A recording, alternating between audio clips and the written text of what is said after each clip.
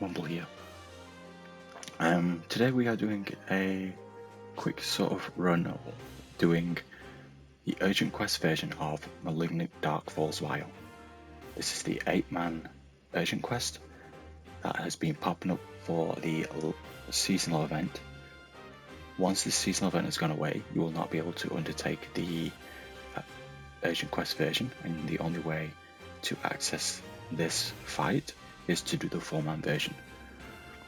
Now, the urgent quest version that I am going to be showing today is also something that has been released in order for more people to learn the mechanics and to kind of, test the waters to see if they're actually ready or not to take on the harder version, which is the 4-man version.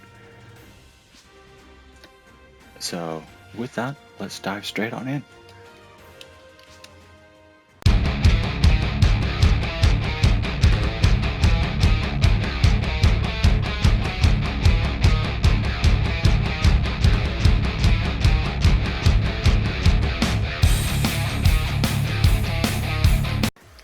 What's up, people? Back here finally after so long doing a solo run. Malignant Dark Falz Vael, the urgent quest version. So normally this can have 8 people and I'm doing it by myself. Been a long time since I've done this.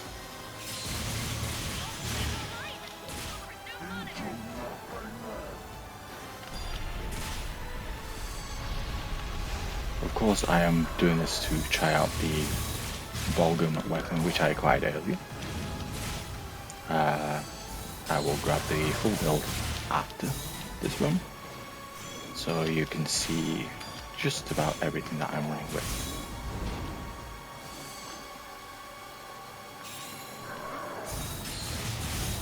Now, he is a bit of a pain in the ass when it comes to timings, especially for Hunter. Most of those attacks are pretty fast. To get full charges off, but that is not an issue. As you can see, I am maintaining the sort of DPS that you need for both the urgent quest version and for the 4-man version as well.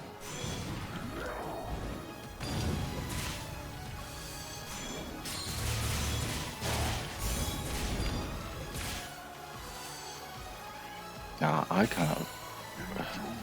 forgotten just how many times I've done this urgent quest with other people. However, I will mention it now that there's a very good likelihood that I will fail during the only real sort of main mechanic you gotta worry about, which is the latest where you gotta build like a little sort of safe spot. However, I will do my best to try and tank it as much as I can, but that won't come until later and you will see.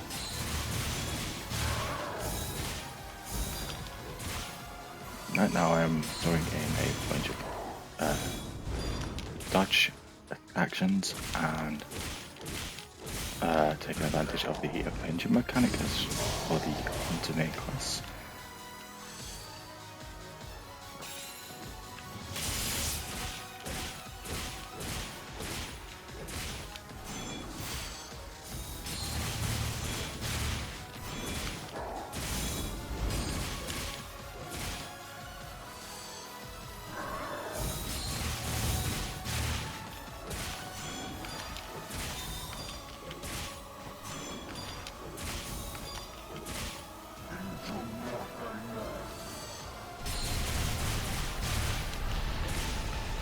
We're doing some pretty good damage here.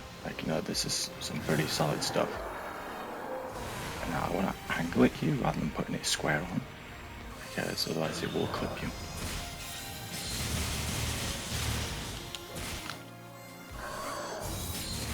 For those that have yet to do the 4-man version, this is also a good time to learn the mechanics. Some things will be different. Only slightly, like some of the attacks will pierce through your defenses rather than being able to be blocked. But other than that, it's not too different. The urgent quest version is a bit more forgiving.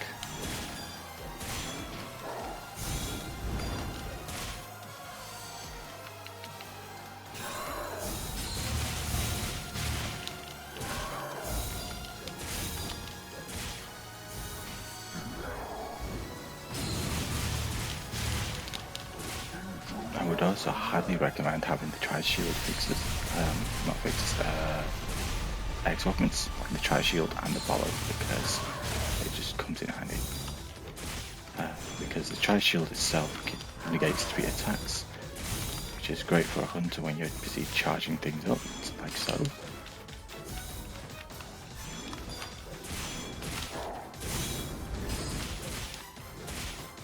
And then the Follow version, like the Tri-Shield Follow, reduces that cooldown for the Tri-Shields, but it also gives you some passive defense and also some better healing for when you use the rest design. I think it's about 10% rest, no, 5% rest design or something. I will check afterwards.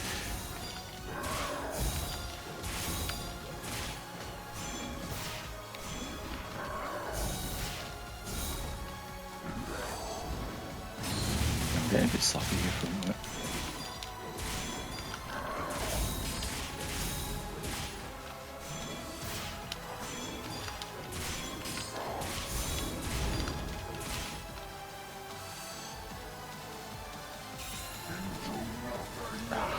There we go, a full charge. Something I like seeing. No, it doesn't matter if you only get a half charge, because it's still quite a bit of damage. And this only applies to hunters. I'm pretty sure that other classes will have similar issues. Now my Tri-Shield is reactivated. We can be a bit more offensive. This is the section I was talking about, where you've got to build yourself like a sort of a sort of safe spot. So I'm just going to try and get away with 2 walls if I can, and then I'm going to pop that Hunter's Physique just for a bit of extra tankiness and heal up. There we go. I actually tanked that. I'm quite surprised. It's normal that would just rip my health apart.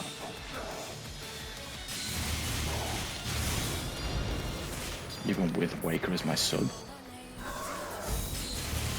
just for this. Now with a hunter, you can cheese this by standing right here at the point of where they overlap, and then use the subsequent follow-up attack as a sort of to trigger the Avenger.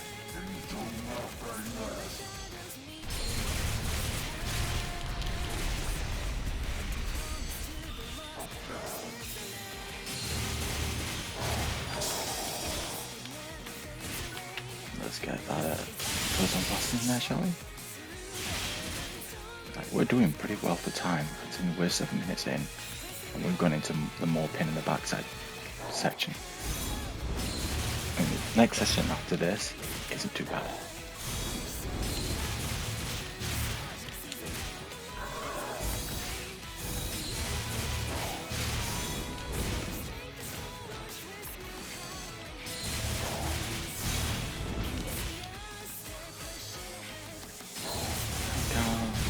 One of those lasers.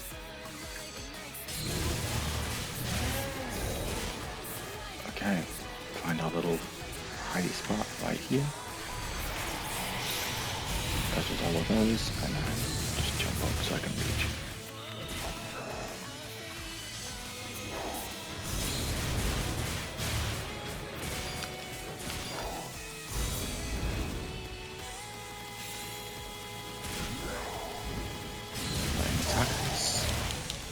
That's what we want to see.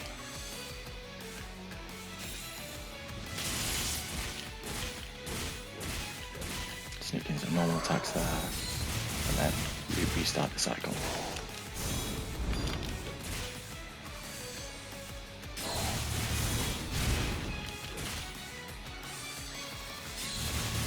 Honestly, I'm quite happy I've upgraded my Walgun earlier today. Well, upgraded my U-Walk up to the Walgun. I'm very happy with that.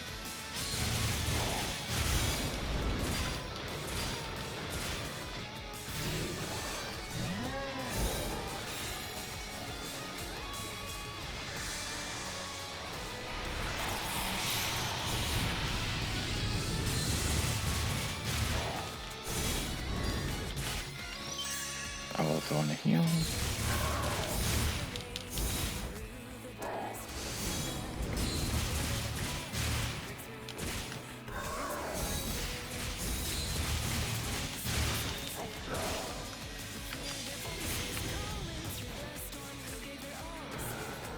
this bit's gonna be a bit of a bitch.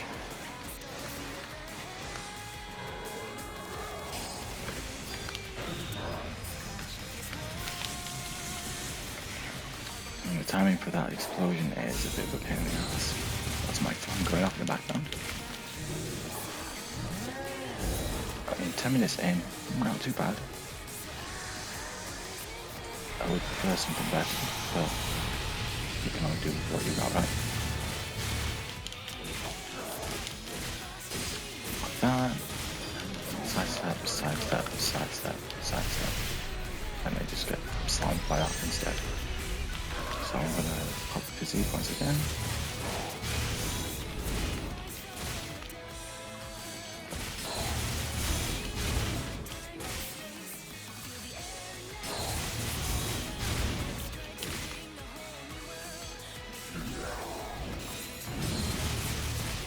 I suppose if you want some extra DPS, you could probably stick Slayer as your subclass, but then you're going to lose a lot of damage resistance and, you know, that chance of a free heal, which we all love having, you know, free heals. I'm going to be doing crisscross once more, and this bit is a bit longer.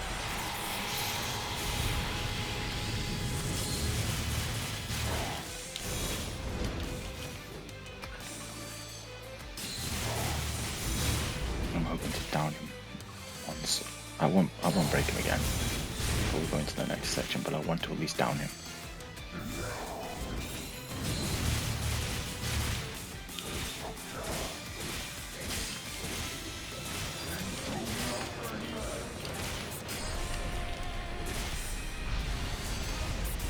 Right there, I just did a sidestep, a block, and then a sidestep.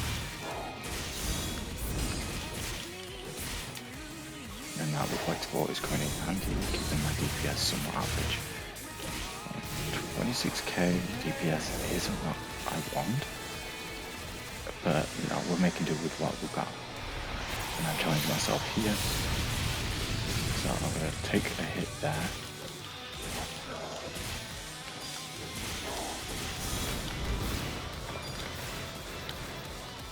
Take a couple of hits there, so I'll take a heal. And he's being an ass. Let me just hit you, okay? Yeah? Good?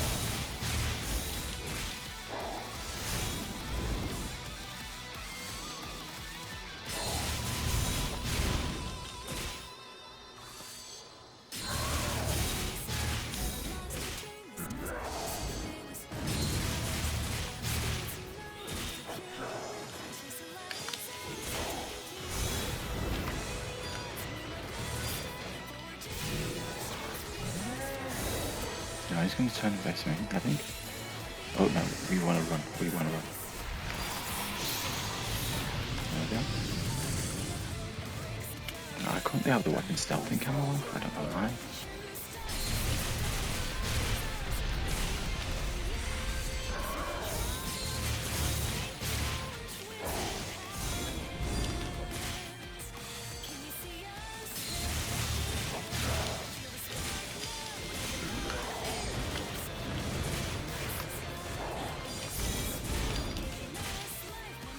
Both side steps in there.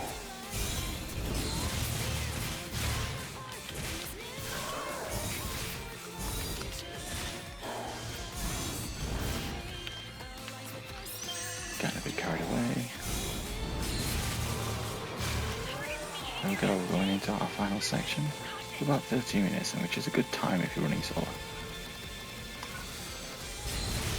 Now as a hunter, we can take advantage of these AoEs. So you just want to sit on the edge of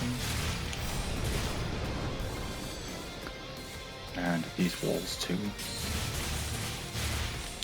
Like you can't do this in the 4-man version, because all of these will pierce through your defenses. And being a hunter, you know, it'll still trigger the Avenger, but we'll still take all the damage.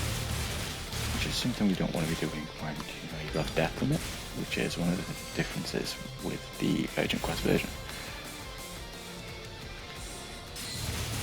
They can always attack the poles if you jump that a little bit too high. That's our first one done. I like to start in one corner and then go clockwise. And it's an easy sort of, you're not going to be losing track on weight line.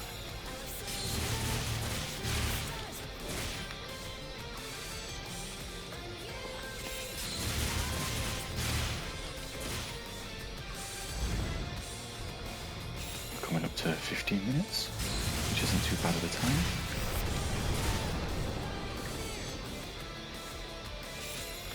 I mean, if you've seen some of my solo stuff before, I'm fairly casual about it. Like, I'm not going like, oh, that's a bad thing, that was terrible, I should be better. I'll take it as it comes, you know? And because at the end of the day, we just want to enjoy ourselves. And if you are enjoying this sort of content, please feel free to subscribe to my channel. It will greatly help me out, and it will help you guys out to find out next time I upload some content.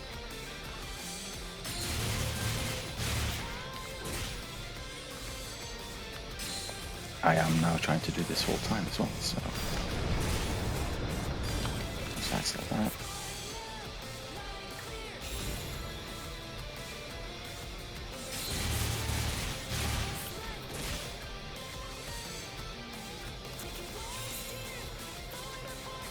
We just want another, there we go.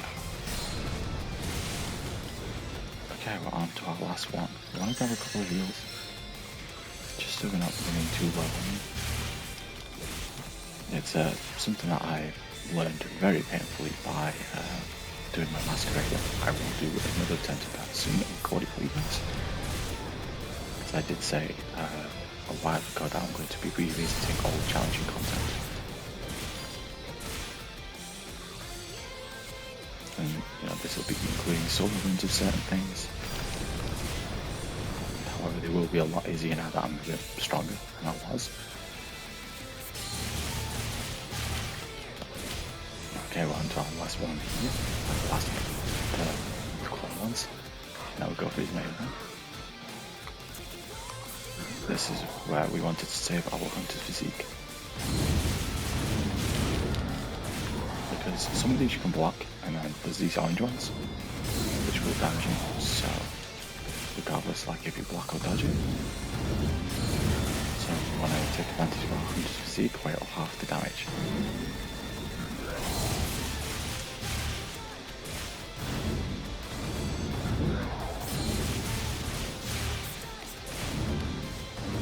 Hunter's damage output is all about that Avenger, if you're using a sword. I like to mostly use the Vael to clear and Twisted Zap, because it's a big charge and it does a lot of damage. The Rising Strike's just as good, but the customizations like the one I have, it takes too long to charge up, but it has big potency output.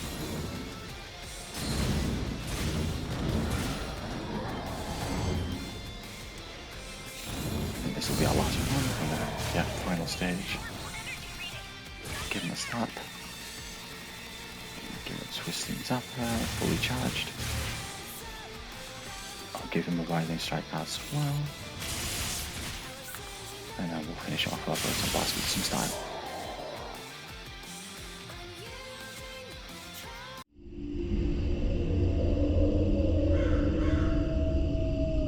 A great amount. I mean, we got a level 1 fixer for a broken armor. So that's nice. I mean, I'll probably sell that on the market later with a couple of things on. So, and we got the stuff to make an ulti dominate as well. Now this isn't going to be enough, like I'm going to need like a couple more runs. However, I am going to give you guys a treat.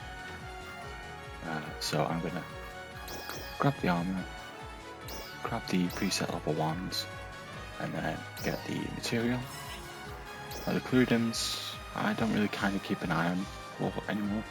Like even so, like some of these are probably good, or probably might get a lot of money for them, but I'm not all that bothered buying them. So I'm just going to sell the remaining stuff. And then we shall take a look at my setup as well. So the weapon I was using was my recently acquired Volgun weapon. So here we are with fully upgraded, and it actually, like, I was quite lucky that I managed to find it with the colour variant. So this actually looks like an Acrocelio weapon, which I absolutely love. Like the Acrocelio weapon had, like the Acrocelios just had a really nice vibe.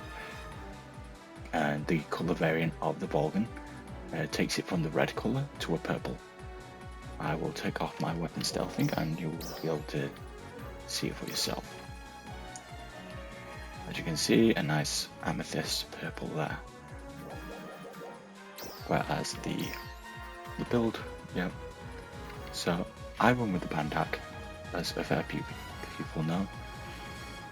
And as you can see, I actually do have the full bonus.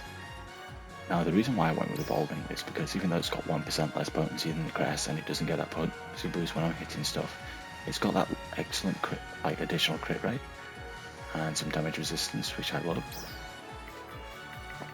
And then these three X augments are actually a really nice combination. So whenever he gets downed, which he does quite a lot in this, I get a potency boost against him, so I'll take that.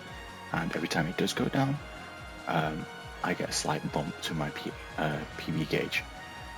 And then, as I said, Tri-Shield gives me 3 shields that negate damage, and normally it's supposed to be a 120 second cooldown after all 3 shields are gone. But with the Tri-Shield follow, it gives me HP recovery increased by 10% and another 5% damage resistance, so that's nice on its own. And then if I've got X Tri-Shield as well, the cooldown is reduced by 30 seconds, so instead of waiting for 2 minutes, it is 1 minute 30 seconds, which is kind of like a nice little thing. I went for pure damage resistance on this run, just to, you know, be safe. So obviously Hunter's my main class, so I could take advantage of like the Reflect 4 and, you know, the full benefit of Hunter's physique and the extra shields, and the full benefit of Avenger, which is a Hunter main class. Like that is your huge damage bonus there. And then Waker, because, you know, if I took a large hit, I could cover health, or when I heal, I've got a chance of not consuming the rest of the time. It's great for running stuff by yourself, and you can run Waker with any other class, so having Waker is actually a pretty good subclass, especially if you're just trying to learn stuff. But as you've seen plenty of times, I like to show off my stats, so I also do have a Crest weapon, not a problem, but my Volgun is my new baby. I will be bouncing between my Volgun and my Crest quite often, depending on what content I'm running.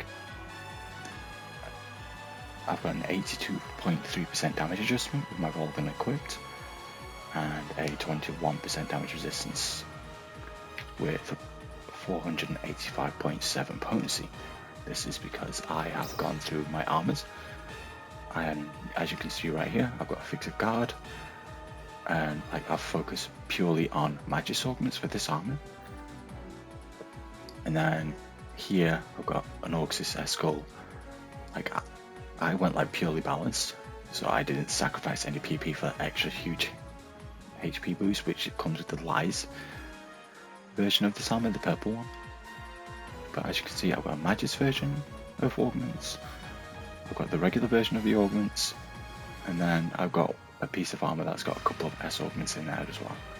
If you've noticed, my Raddy and Lars swap over when it comes to the two as well, because that helps with the build for a Bandak, which is right here, where it says, you know, potency increase 0.5 per augment type up to 10%. That means 20 differently named augments.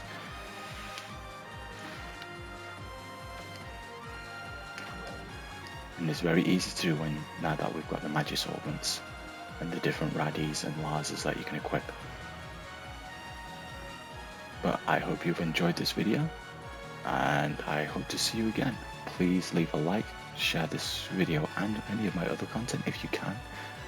And of course, just subscribe to my channel just in case you don't want to miss anything.